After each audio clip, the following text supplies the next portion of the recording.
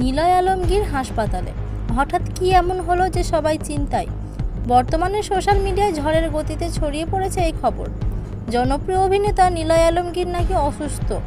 আর এই একটি খবরে ভক্তদের মধ্যে শুরু হয়েছে আতঙ্ক, কৌতূহল আর হাজারো প্রশ্ন।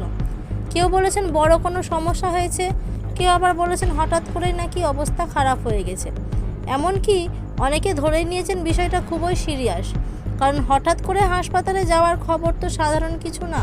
ঠিক এই সময়ে মুখ খুললেন নিলয়ের স্ত্রী। তিনি জানান, কয়েকদিন ধরেই ও খুব ক্লান্ত ছিল টানা কাজের কারণে। শরীরটা একটু খারাপ লাগে, তাই চেক আপ করাতে গিয়েছিলাম। কিন্তু তার এই কথাতে যেন আরও সন্দেহ বাড়ছে, কারণ শুধু ক্লান্তি হলে কি হাসপাতালে যেতে হয়? সোশ্যাল মিডিয়ায় ইতিমধ্যে শুরু হয়ে গেছে নানা গুঞ্জন। কেউ বলেছে অতিরিক্ত কাজের চাপ, কেউ বলেছে নতুন কোনো অসুখ। ভক্তদের মনে এখন প্রশ্ন একটাই, আসল সত্যিটা কী?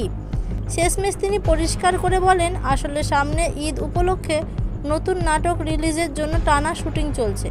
দিনের পর দিন বিশ্রাম ছাড়া কাজ করতে হচ্ছে। এর কারণে শরীরটা একটু দুর্বল হয়ে পড়েছে। এর বাইরে বড় কোনো সমস্যা নেই। অর্থাৎ যতটা ভয়ঙ্করভাবে ছড়িয়ে পড়েছে খবরটা, বাস্তবে বিষয়টা ততটা গুরুতর নয়। অতিরিক্ত কাজের চাপই এর মূল কারণ। তাহলে আপনি কি মনে করেন, এত কাজের চাপ কি সত্যি এমন পরিস্থিতি তৈরি করতে পারে? মন্তব্য করে আপনার মতামত জানান। ধন্যবাদ।